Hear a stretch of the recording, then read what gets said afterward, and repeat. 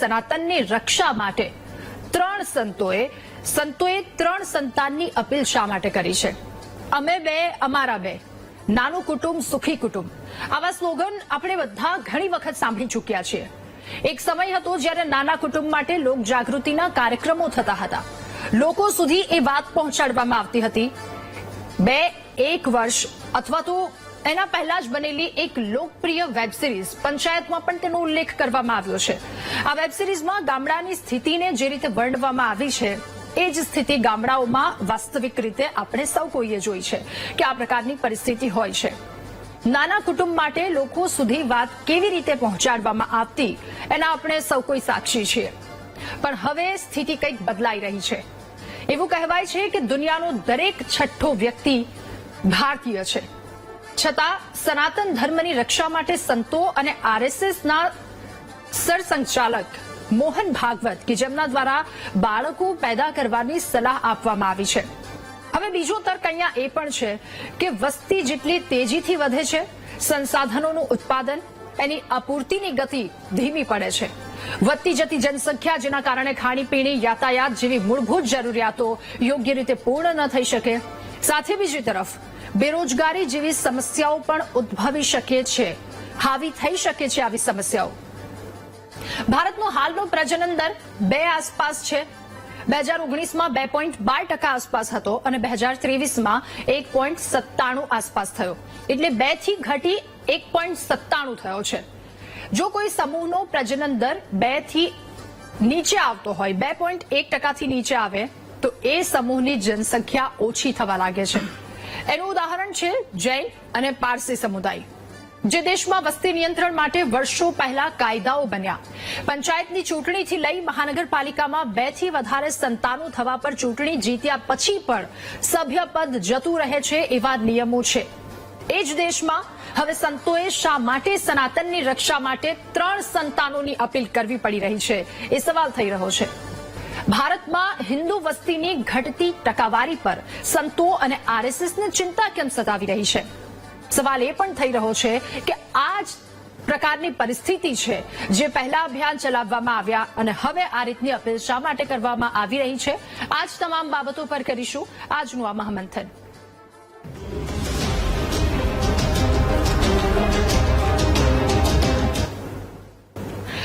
ત્યારે આજે છોટાઉદેપુરમાં સંત સંમેલન કે જેમની ચોંકાવનારી એક અપીલ તેમના દ્વારા અપીલ કરવામાં આવી છે. સંમેલનમાં માનસરોવર દાસજી, જેમણે સનાતનીઓને 3 સંતાન પેદા કરવા માટે અપીલ કરી છે. સનાતન ધર્મનો ગોલ્ડન પીરિયડ તેમના દ્વારા ગણાવવામાં આવ્યો છે. કહ્યું, પ્રધાનમંત્રી નરેન્દ્ર મોદી અને ગૃહમંત્રી અમિત શાહની સાથે જોડાયેલા રહેજો. સનાતનીઓ છો, એક પ્રાર્થના છે, સનાતનીઓ 3 સંતાનો પેદા કરો. 1 સંતાન રાષ્ટ્ર માટે, 1 સંતાન ધર્મ માટે અને 1 સંતાન સેવા માટે, તમારા પોતાની સેવા માટે રાખો, એવું એમના દ્વારા નિવેદન આપવામાં આવ્યું છે. સનાતન ધર્મ નહીં બચે તો કોના આચાર્ય, કોના મહામંડલેશ્વર બની શકીશું? ત્યારે સનાતન ધર્મને લઈને જે ચિંતા વ્યક્ત કરવામાં આવી છે અને જે નિવેદન આપવામાં આવ્યું છે, પહેલા એ સાંભળી લઈએ, પછી ચર્ચા આગળ વધારીશું. મારો ગોલ્ડન પીરિયડ છે. આવો સમય આપણા પૂર્વજોને નથી મળ્યો અને અનુજોને મળશે કે કેમ? ત્યારે આપણા દેશનું સુકાન સંભાળતા 2 શાસકો, હું રાજર્ષિ પુરુષો નહીં કહું, માનનીય યશસ્વી વડાપ્રધાન નરેન્દ્રભાઈ મોદી, માનનીય ગૃહમંત્રી અમિતભાઈ શાહ અને એની ટીમ સાથે જોડાઈને રહેજો, એને સપોર્ટ આપજો. અમે 2 અને અમારું 2, અમારું 1 એવું કહેવાનો સમય જતો ગયો. તમને સૌ સનાતનીઓની એક સાધુ તરીકે પ્રાર્થના છે, 3 સંતાનો ઉત્પન્ન કરો. 1 સંતાન રાષ્ટ્રને આપો, 1 સંતાન ધર્મને આપો અને 1 સંતાન તમારી સેવા કરવામાં રાખો. અહીં સંતો છે, એના ચરણોમાં 2 શબ્દોની પ્રાર્થના છે કે જો સનાતન ધર્મ જ નહીં બચે, જો સનાતન ધર્મ જ નહીં બચે તો કોના આચાર્ય અને મહામંડલેશ્વર હું તમે થઈ શકીશું? ત્યાં દેશનું વિભાજન થયું છે એટલે એના પર પણ સંતોએ જે આદેશ આપ્યો છે, જે ઉપદેશ આપ્યો છે, એના પર દરેક સદગ્રસ્તે ધ્યાન આપવું જોઈએ. અને બીજી વાત એ પણ છે, આપણે ઘણી વખત અનુભવીએ છીએ, અમે કેટલા મા બાપને એટલા લાચાર જોઈએ છીએ. એક જ સંતાન હોય અને આજે જે પ્રકારનું જીવન, અકસ્માતની વાતો, બીજી વાતો, અને એકનો એક દીકરો ગુમાવે ત્યારે મા બાપ એટલું બધું લાચાર થઈ જાય છે. એટલે આ જે શીખ છે એ ખરેખર કુટુંબ માટે ઘાતક છે અને આના કારણે સંયુક્ત પરિવારની ભાવના પણ નાશ પામી છે. એટલે જે માનસરોવરદાસજી કહ્યું છે એ બહુ જ યોગ્ય છે. તો માનસરોવર દાસજી કે જેમના દ્વારા આજે આ નિવેદન આપવામાં આવ્યું અને એમનું નિવેદન તેમને આ ચિંતા શા માટે વ્યક્ત કરવી પડી છે મહામંથન એના પર કરીશું. આપણી સાથે આજે ગેસ્ટ પેનલમાં જોડાયા છે સ્નેહલભાઈ જોશી, નેતા ભાજપ, નેતા વીએચપી દક્ષેશભાઈ મહેતા આજે આપણી સાથે મહામંથનમાં જોડાયા છે, સામાજિક અગ્રણી ભાવના જોશીપુરા આપણી સાથે જોડાયા છે અને ખાખી મઢી મેંદરડાના સંત સુખરામદાસ બાપુ પણ આપણી સાથે જોડાયા છે. પ્રમુખ છે મુસ્લિમ એકતા મંચના ઇમ્તિયાઝભાઈ પઠાણ પણ આપણી સાથે જોડાયા છે. આપ સૌનું ખૂબ સ્વાગત છે મહામંથનમાં. મારે સંત શ્રી આપનાથી શરૂઆત કરી છે. સુખરામદાસ બાપુ, જે પ્રકારની પરિસ્થિતિ છે, ભગવાન શ્રી કૃષ્ણએ કહ્યું છે કે જ્યારે જ્યારે ધર્મ પર સંકટ આવીને ઉભું રહેશે, સનાતન ધર્મ પર સંકટ આવીને ઉભું રહેશે, ત્યારે હું અવતરીશ અને ધર્મનું રક્ષણ હું કરીશ. એવું તો શું થયું કે ચિંતા વ્યક્ત કરવી પડી રહી છે? આપ શું કહેશો? બેન, આપના જે મહામંથનના કાર્યક્રમ છે, મહામંથનના કાર્યક્રમને માધ્યમથી હું મારા ભારતના તમામ નાગરિકોને એક અપીલ કરવા માંગુ છું કે ભવિષ્ય સમય આવી ગયા છે સનાતનને રક્ષણ કરવા માટે. તો સનાતન ધર્મને સાથે જોડાઈને સનાતન ધર્મના પૂજા પાઠ કરીને આપણે સનાતનને બચાવવા માટે એકથી વધારે સંખ્યામાં બાળકો પેદા કરવું પડશે. દરેક હિન્દુઓને ઓછામાં ઓછા 3 હોવું જોઈએ. 3 હોય તો એક આપણા સૈનિક બની શકે ભારતના, બીજો ધર્મના રક્ષણ કરી શકે, ત્રીજો પોતાના પરિવારના રક્ષણ કરી શકે. યદિ આપણે હમ તો હમારે તો ના આજે સૂત્રને લઈને ચાલીશું ના તો આપણું બધા જે અસ્તિત્વ છે એ અસ્ત થઈ જશે.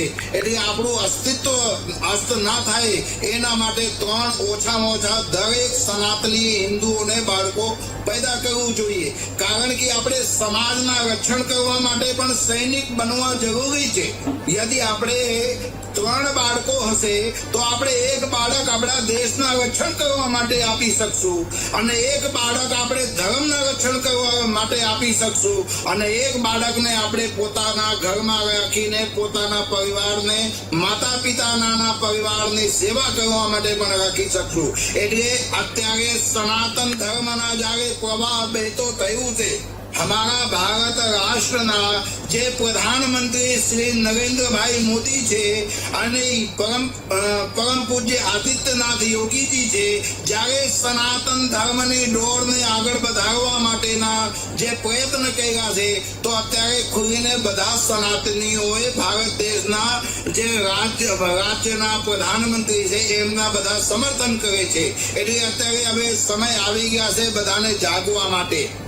इंदिरा गांधी એ સૂત્ર ચલાવી હતી, હમ તો ને હમારે તો.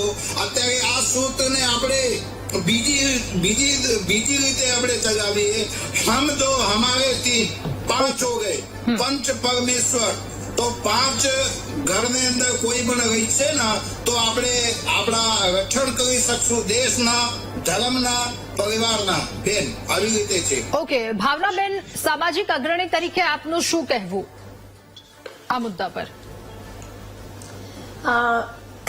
ખાસ તો જે બાબત છે કે 3 બાળકો, પહેલા તો કહીશ કે પહેલા જે અમે લોકો 60+ છીએ બધા અને વર્ષોથી આમાં કાર્યરત છીએ, તો અમે પોતે જ 7 ભાઈ બહેન, 4 ભાઈ 3 બેન અને લગભગ અમારા ગામમાં બધાને 6 થી 11 સંતાનો હોય.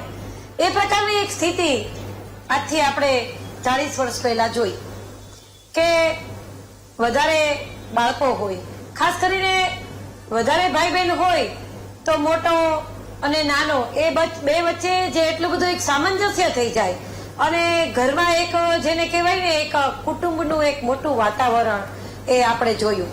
અને ખાસ જે ભારતની સ્થિતિ છે તો આપણે જે જણાવ્યું, ખાસ રાધાબેન તમને તો અભિનંદન આપીશ કે આ ચર્ચા યોગ્ય છે, કારણ કે ફેમિલી પ્લાનિંગ, વેલફેર અને બધી સ્કીમો પણ આવી, પરંતુ જે ડેમોગ્રાફિક ડિવિડન્ડ છે તો ભારતનો 2 છે, જાપાનનો 3 છે, ત્યાં 3 બાળકો એવરેજ, અને કોરિયામાં ઓછા છે, યુકેમાં 2 છે, 2 બાળકો.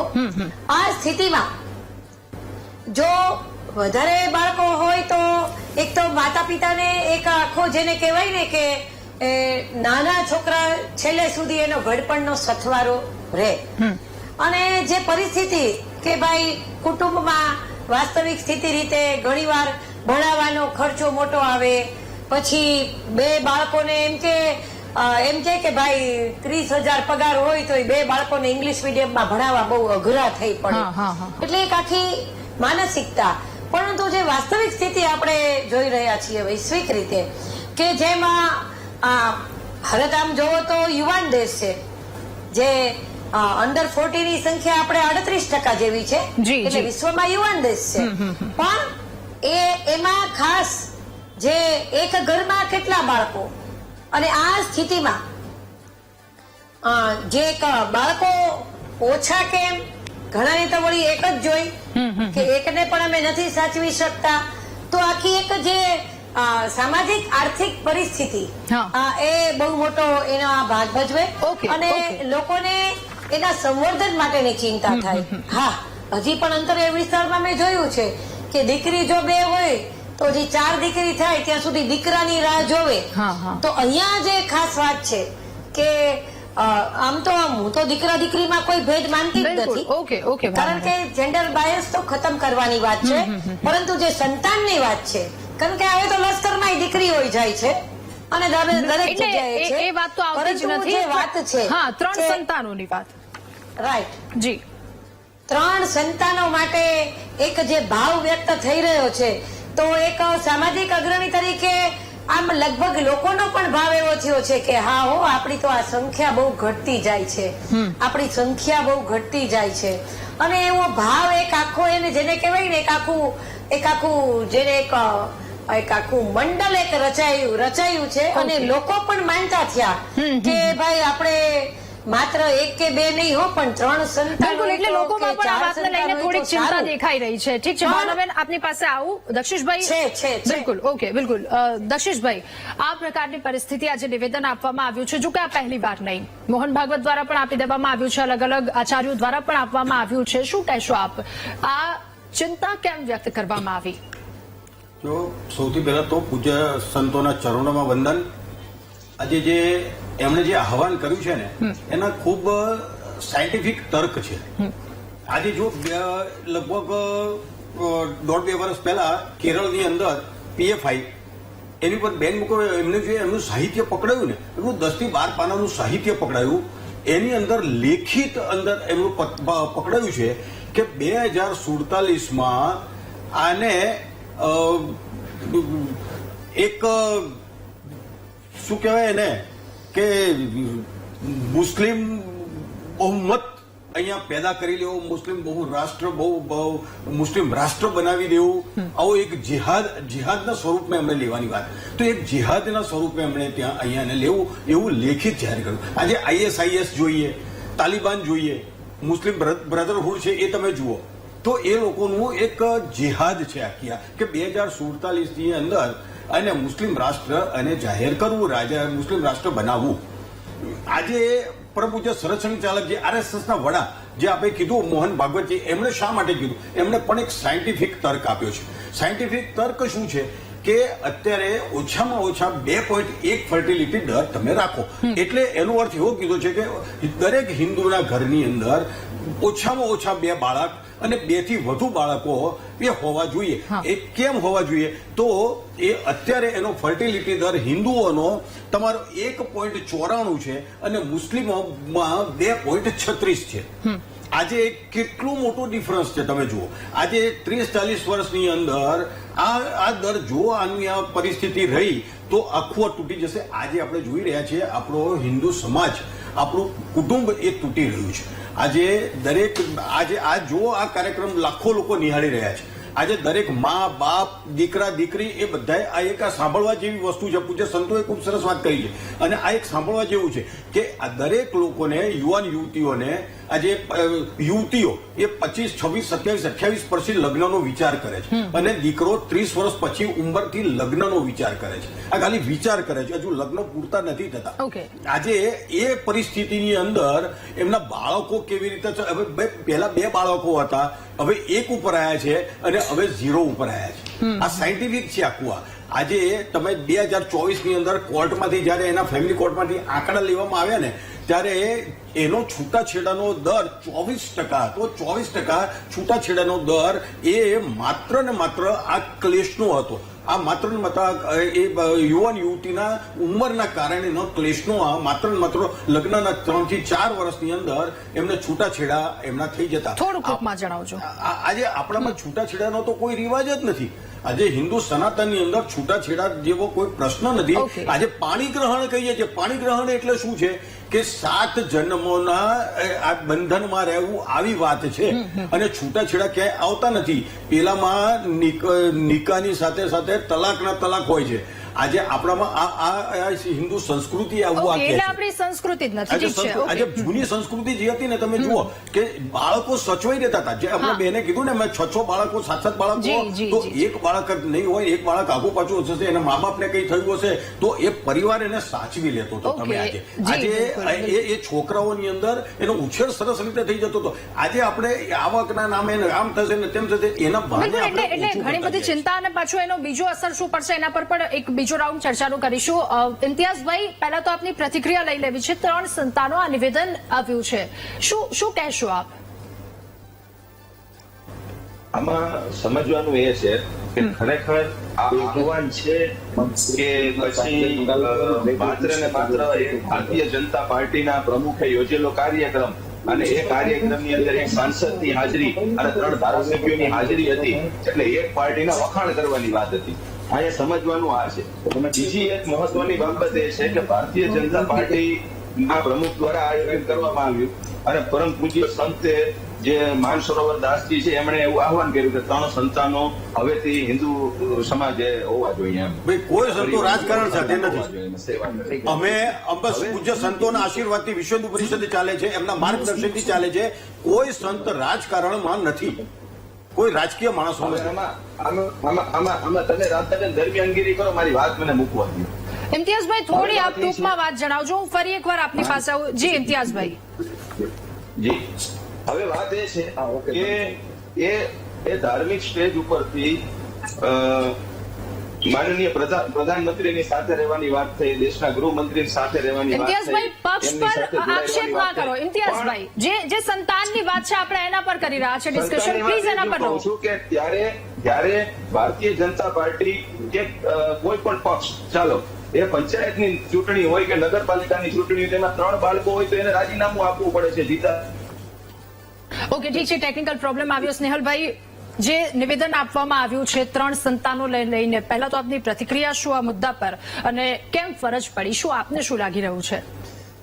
અત્યારે આપણે જોઈએ તો ભારતની જે ઇકોનોમી છે, ભારતનો જે ગ્રોથ છે, એની અંદર બહુ મહત્વનું પાસું જે આખા વિશ્વના લોકોએ કીધું છે એ આપણું યુવાધન છે. યુવાધનની કુને, યુવાધનની આવડત.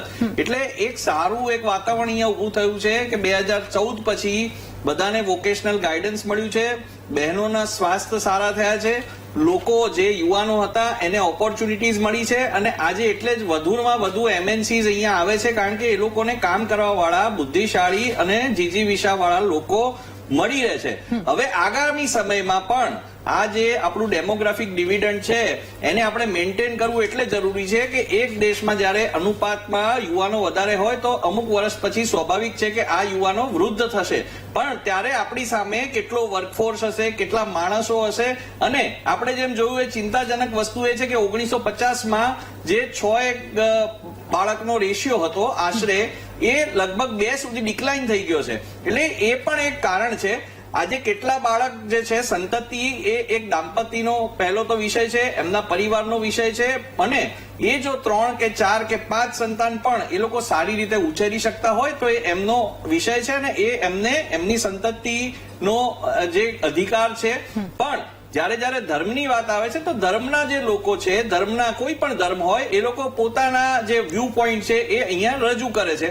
અને મેં ખાસ જોયું કે આને એટલે રાજનીતિ સાથે કોઈ જોડવાની વાત નથી દેખાતી, કારણ કે આપણા વડાપ્રધાન નરેન્દ્ર મોદીજી એ દેશના વડાપ્રધાન છે. એટલે સ્વાભાવિક છે કે બધાએ દેશના વડાપ્રધાન સાથે, દેશના ગૃહમંત્રી સાથે, અને અત્યારે આપણે જે જોયું છે કે ખૂબ જ બાજુના દેશના જે આક્રમણ હતા અને જે પ્રમાણેની પરિસ્થિતિ હતી, તો એક નાગરિક ધર્મ નિભાવીને આપણે સૌએ આજે દેશના વડાપ્રધાન સાથે રહેવું જોઈએ. આમાં ભારતીય જનતા પાર્ટી, કોંગ્રેસ કે અન્ય કોઈ પાર્ટીની વાત તો પછી આપણી જોડે કરવાનો સમય છે. મુખ્ય વાત પર આવું છું કે વધુ સંતાનો હોવા એવું જે સંતશ્રીએ નિવેદન આપ્યું છે તે એમનો સુઝાવ છે અને હિન્દુ જે સમુદાય છે એને સ્પેસિફિકલી એમને વાત કરી છે. પણ હું આખા ભારતની વાત કરું છું કે ભારતની અંદર પણ આપણે આ બધા જે ચિંતાના વિષયો છે એને ધ્યાનમાં રાખી અને દંપતી જ્યારે પણ એમનું ફેમિલી પ્લાનિંગ કરે તો ઘણા બધા પાસાઓ છે એની અંદર ધ્યાન રાખે અને જ્યારે એમને લાગે કે અમે આ સંતાનોની સારી રીતે એનું લાલન પાલન કરી શકીશું તો ચોક્કસપણે એ લોકો જે ઈચ્છે એ સંખ્યામાં એ લોકો સંતતિ ઉત્પન્ન કરી શકે છે. સ્નેહલભાઈ, મારો બીજો એક સવાલ આપને એ પણ છે કે 3 સંતાનો ચલો કરી દીધું કોઈ પણ દંપતીએ, પણ સામે જો વસ્તી વધી છે તો પ્રશ્નો પણ ઘણા ઉભા થશે. એના માટે પણ તૈયારી રાખવી પડશે. બેરોજગારીને લઈને સવાલો ઉઠશે, પ્રાથમિક જરૂરિયાતોને લઈને સવાલો ઉઠશે. તો એ આગામી તૈયારીને લઈને શું કહેશો આપ? જો પહેલાનો એપ્રોચ કેવો હતો કે તમે વસ્તીને ક્રબ કરો. હવેનો જે તમે સમય જુઓ કે આજે આપણે જે શહેરમાં ઉભા રહીને અત્યારે ડિબેટ કરી રહ્યા છે, અમદાવાદ છે, એની અંદર તમે જોશો મેટ્રો અને જે એએમટીએસ ની બસીસ છે એમાં કેટલા લોકો ટ્રાવેલ કરે છે, એ લાખોની સંખ્યામાં હશે. એટલે જ્યારે સરકાર સક્ષમ હોય તો પોપ્યુલેશનને મેનેજ કરી અને પોપ્યુલેશનની અંદરથી પોઝિટિવ એનો જે અભિગમ હોય એ અપનાવી અને એનું આઉટપુટ લઈ શકે છે. એટલે મને લાગે છે કે ચાઇના જેવા દેશો જે ઘણા ઉદાહરણ છે, સ્વાભાવિક છે કે એની આપણી સાથેની નીતિ રીતિ નથી, પણ જે તે વખતે એ લોકોએ મેનેજમેન્ટમાં એ જ રીતે મને લાગે છે કે આજે 2014 પછી જેમ મેં કીધું તેમ આદરણીય વડાપ્રધાન નરેન્દ્ર મોદીના નેતૃત્વમાં જે વસ્તીનો વધારો છે તેને પણ સારી રીતે દરેક સહુલિયતો મળી રહે, તેને સુવિધાઓ મળી રહે, તેને ભણતર મળી રહે. એટલે જ્યારે ગર્ભવતી મહિલા હોય છે ત્યારથી હું વાત કરું છું કે ત્યારથી એ બેનને પોષણ મળે છે, એના બાળકો જ્યારે આવે છે ત્યારે એ લોકોને શિક્ષણ પણ મળે છે, એ લોકો મોટા થાય ત્યારે એમને સારી કોલેજમાં દાખલો પણ મળે છે અને એમએનસી આજે આવે એની અંદર એ લોકોને નોકરીઓ પણ સારામાં સારી મળે છે. એ લોકોની જે ક્ષમતા છે, એ લોકોનું જે ભણતર છે એના પ્રમાણે. તો મને લાગે છે કે જ્યારે તમારો દેશની અંદર આવું એક પોઝિટિવ વેવ ચાલતો હોય તો સ્વાભાવિક છે કે વસ્તી જો વધશે તો પણ એ એક એડિશનલ બેનિફિટ તરીકે આ સરકાર જે છે અને દેશ છે અને દેશના લોકોને મળી શકશે. ઓકે મહંતજી, સુખરામદાસ બાપુ, ફરી એકવાર મારે આપને એ સવાલ પૂછવો છે કે આપણે કોઈનું શોષણ નથી કરવાનું, પણ અહીંયા સવાલ આવીને ઉભો રહી જાય છે જ્યારે જરૂર પડે ત્યારે રક્ષણ કરવા માટે શું આ વાત કહેવામાં આવી છે? પોતાનું રક્ષણ કરવા, ધર્મનું રક્ષણ કરવા. જી બેન, આપની વાત તો એકદમ વ્યાજબી છે, બરોબર છે. શોષણ ક્યારે થાય? જ્યારે સામેવાળા વ્યક્તિ ની સંખ્યા ઓછી હોય અને દુર્જનની સંખ્યા વધારે હોય ત્યારે સામેવાળા માણસ નાના વર્ગના શોષણ કરતા હોય. એટલે શોષણ ના થાય એના માટે પોષણ કરવા માટે આપણે સક્ષમ તો હોવું જોઈએ ને બેન. તો આપણે સક્ષમ ક્યારે હોઈશું? જ્યારે આપણે પાસે કોઈ રક્ષણ કરવા માટે કોઈ વ્યક્તિ હોય ત્યારે આપણે સક્ષમ હોઈશું. તો સક્ષમ ક્યારે રહી શકશું? જ્યારે આપણે રક્ષણ કરવા માટે, આપના કોઈ કામ કરવા માટે આપણા પાસે કોઈ વ્યક્તિ હોય ત્યારે હોય. એટલે અહીંયા શોષણ કરવાની વાત નથી આવતી. શોષણ અત્યારે તો કેવું છે કે નાના લોકો જે છે એ 8-8, 10-10 બાળકો જન્મે છે પણ એમને કોઈ પણ પ્રકારનું કઈ પોષણ ના મળતું હોય એટલે એ બાળકો એમને દબાઈને રહી જતા હોય. એટલે અમે બધા સંત લોકો, સનાતન ધર્મના જે ઉપાસકો છે, અમે અમારા સનાતનીઓને આહ્વાન કરીએ છીએ આપને ચેનલ के माध्यम थी कि अब હવે એક हम तो हमारे तो के नारा को बंद કરીને हम तो हमारे 3 के नारा को चालू કરવું જોઈએ મેડમ બેન, તાકી આપણા સનાતન ધર્મની અંદર જે સંત લોકો છે, જે સનાતન ધર્મને જીવતા રાખ્યા છે, એ લોકો આહ્વાન એટલે જ કરે છે કે અમારા હિન્દુ સનાતન ધર્મ હવે શાંતિથી નહીં બેસે. હવે સનાતન ધર્મ આખા ભારતના રક્ષણ કરવા માટે તૈયાર છે. તો જ્યારે જ્યારે જરૂર પડી છે ત્યારે સાધુ સંતોએ હાથમાં માલા પણ રાખ્યા છે અને ભાલા પણ રાખ્યા છે. સરકારશ્રીને અમે ખુલ્લી આમ ટેકો આપ્યા છે કે જ્યારે પણ ક્યાંય બોર્ડરમાં ક્યાંય જરૂર પડે ત્યારે તમામ ભારતના સાધુ સમાજ સરકારશ્રીને સાથે છે. એટલે અમે સનાતન ધર્મના ઉપાસકો એ સરકારશ્રીને નિવેદન કરીએ છીએ બેન, અને અમારા ભારતના નાગરિકોને અમે આહ્વાન કરીએ છીએ કે હવે 3 સંતાનોને તમે જન્મ આપો અને ભગવાનને ઉપર ભરોસા રાખો. ભગવાન બધાના ભાગ્ય બનાવીને અહીંયા મોકલે છે, ફક્ત આપણે અહીંયા કર્મ કરવું પડે છે. હવે અત્યારે સમય બેન કેવા છે, ફેમિલી પ્લાનિંગ કરે છે, બાળકો પેદા કરવા માટે પ્લાન બનાવે છે. પ્લાન તો ભગવાને ઉપરથી બનાવીને મૂક્યા છે, આપણે એ રસ્તા ઉપર ચાલવાનું છે બેન. આપને ચેનલના માધ્યમથી હું ભારતના સનાતનીઓને એક હાથ જોડીને વિનંતી કરું છું કે તમે ભાગ્યને ઉપર ભરોસા રાખો, કારણ કે ભગવાન બહુ હોશિયાર છે. બધાની અહીંયા વ્યવસ્થા કરીને મૂક્યા છે, બધાના અહીંયા વ્યવસ્થા થઈ જવાની છે. પણ હવે આપણે મન મજબૂત કરીને, માનસિકતા જે નબળી પડી ગઈ છે એને મજબૂત કરીને હવે ભારત દેશને ટેકો દેવાની જરૂર છે. હવે સમય આવી ગયા છે. અત્યારે આપણે નહીં જાગશું ને તો હવે સમય નહીં આવશે આવા સમય. જી એટલે ચિંતા વ્યક્ત કરવામાં આવી છે, એક ધર્મ માટે, એક દેશ માટે અને એક તમારા પોતાને રક્ષણ માટે. આ 3 વાત કરવામાં આવી છે, 3 સંતાનોને લઈને આ ચિંતા વ્યક્ત કરવામાં આવી છે. એના પર ચર્ચા કરી રહ્યા છે. મહામંથનમાં રોકાઈએ હાલ એક નાનકડા બ્રેક માટે. બ્રેક બાદ ચર્ચા યથાવત રાખીશું.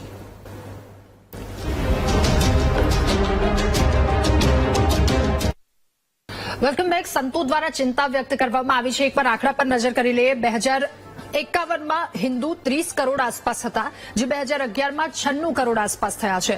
મુસ્લિમ 2051માં 3.54 કરોડ આસપાસ અને 2011માં 17.22 કરોડ આસપાસ એ ઉપર નીચે થોડો આંકડો થયો છે. અને ગ્રોથની વાત કરીએ તો 218 હિન્દુનો અને એની સામે 386 જેટલો મુસ્લિમ ગ્રોથ સામે આવ્યો છે. એટલે આ જે આંકડો છે, શું એને લઈને ચિંતા વ્યક્ત કરવામાં આવી છે અથવા તો કઈ રીતે, એના પર ચર્ચા કરી રહ્યા છે. ચર્ચા આગળ વધારીશું. ઇમ્તિયાઝભાઈ, ફરી એકવાર આપની પાસે, આપ કહી રહ્યા હતા ટેકનિકલ પ્રોબ્લેમ થોડો હતો, એના કારણે એ સંપર્ક કપાયો હતો. આપ આપની વાત ટૂંકમાં જણાવશો. ઇમ્તિયાઝભાઈ. માનસરોવર દાસજીની વાત સાથે હું સહમત છું. જે કોઈ વ્યક્તિ છે એમને પોસાય એ પ્રમાણે એ એમના સંતાનોનું પ્લાનિંગ કરી શકે. એ લોકશાહીમાં બધા સ્વતંત્ર છે. પણ વાત અહીંયા એ છે કે કરનીમાં અને કથનીમાં ફરક ના હોવો જોઈએ. માનસરોવર દાસજી તો પૂજ્ય સંત છે, એટલે એમણે સંત તરીકે એક વાત કરી છે. પણ મુદ્દો અહીંયા છે કે સમજો અત્યારે આપણે જે વિષયની ચર્ચા કરી રહ્યા છીએ એ વિષયની વાસ્તવિકતા એ છે કે નગરપાલિકાની ચૂંટણીમાં, કોર્પોરેશનની ચૂંટણીમાં 3 બાળકો હોય, કોઈ ઉમેદવાર હોય, જીતેલા પ્રતિનિધિને પણ રાજીનામું આપવું પડે જો એની આ 3જું સંતાન થાય તો. પંચાયતની ચૂંટણીમાં આગળ 3 બાળકો હોય તો એમને એ ફોર્મ જ ન ભરી શકે. આવા નિયમો છે. તો કહેવાનું એ છે બેન, વાત છે એવી થાય છે કે ભાઈ મુસ્લિમોની વસ્તી વધી રહી છે અથવા તો હિન્દુઓની વસ્તી ઘટી રહી છે.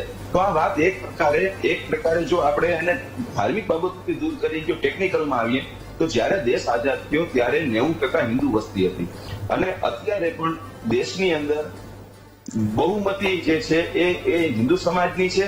અને જે આ વાત છે એની સાથે મતલબ કે જે લોકોને આહવાન કરવામાં આવ્યું છે, તો એ અત્યારે ટેકનોલોજીના જમાનામાં, અત્યારે જયારે એઆઈ ના જમાનાની અંદર, અત્યારે જયારે દેશ વિકાસની હરણફાળ ભરી રહ્યું છે, એવા સમયની અંદર એ લોકો ઉપર છોડવું જોઈએ. અને જે વાત કે જે આહ્વાનો થઈ રહ્યા છે એને કોઈ પણ ધર્મની સાથે પણ ન જોડવા જોઈએ, અને ખરેખર એને કોઈ પોલિટિકલ બાબતો સાથે ન જોડવા જોઈએ. ઓકે ઇમ્તિયાઝભાઈ. જી દક્ષેશભાઈ, આપ ટૂંકમાં જણાવશો. મારી પાસે સમયનો ખૂબ અભાવ છે. હાલ શું એવું લાગે છે કે સનાતન ધર્મ ખતરામાં છે? જે આપણી રક્ષા કરે છે, એટલે કે ધર્મ, એની રક્ષા કરવા માટે હવે ઉભું રહેવું પડે છે, કારણ કે એ કેનેડામાં હુમલો કરવામાં આવ્યો હતો. આવા તો ઘણી બધી વસ્તુઓ. મેં હમણાં કીધું એમ કે 2047માં ગજવાય હિન્દનો આ આખો એક કાર્યક્રમ છે. 2000 ગજવાય હિન્દનો કાર્યક્રમ હોય તો આપણા સનાતનના હિન્દુ હોય, હિન્દુ દીકરીઓ, હિન્દુ દીકરા હોય, એ લોકોએ સમજવાનું હશે કે આજે લિવ ઇન થી લઈ અને જે કંઈ પણ આજે જે કાર્યક્રમો કર્યા છે, લગ્ન મોડા કરવા, બાળકો પેદા ન કરવા, લિવ ઇનમાં રહેવું, આજે ઇમ્તિયાઝભાઈએ સરસ કીધું કે ભાઈ 90% એ આઝાદી પછી હતા, પણ એમણે એ આંકડો નહીં આપ્યો કે ભાઈ મુસ્લિમો કેટલા થયા અને હિન્દુઓ કેટલા ઘટ્યા. એ આંકડો નહીં કર્યો. અને એમણે એમ બીજું સરસ બી કીધું કે એમને પોસાય એ કરે. આજે છે ને એ મુસ્લિમોની અંદર આજે જે રાજકીય રીતે જ વાત કરે છે, તો મારે રાજકારણ લેવા દેવા નથી, પણ રાજકીય રીતે બહુ જ લોઅર જે કહીએ એમણે લોઅર રાખ્યા છે.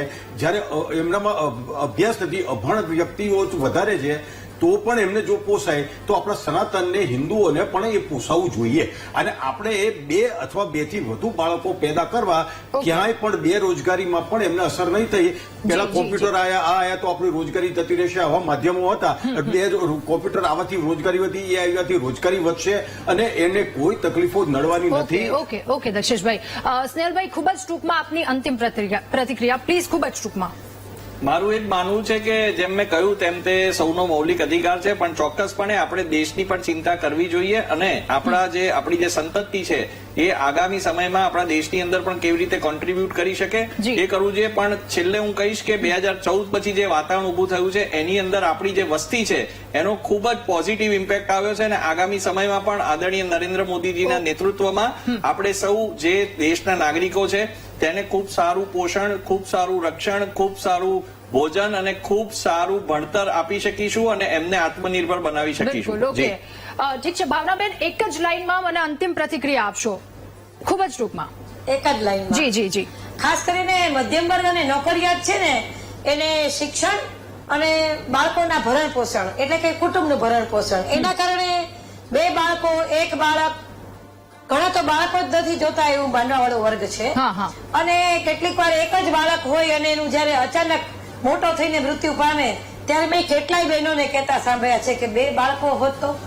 આ બધી સ્થિતિમાં 3 બાળકો હોય એક વાત સામાન્ય એ રોજબરોજ જોવા મળે છે. અને ખાસ અગત્યની બાબત કે જે ચેલેન્જીસ છે કે હેલ્થ ઇસ્યુ અને એનો મેન્ટેનન્સ, શિક્ષણ, તો એના માટે પણ સરકાર મને બધા જ ગંભીરતાથી બિલકુલ એના માટે પ્રયાસો પણ કરવામાં આવી રહ્યા છે. ઠીક છે ભાવનાબેન, મારી પાસે સમયનો ખૂબ જ અભાવ છે, માફ કરશો.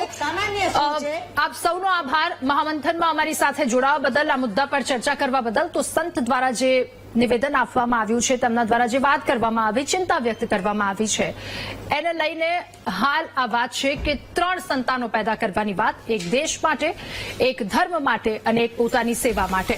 મહામંથનમાં હાલ બસ આટલું જ. વધુ સમાચાર અપડેટ્સ માટે આપ ડાઉનલોડ કરો VTV ન્યૂઝની એપ્લિકેશન. નમસ્કાર.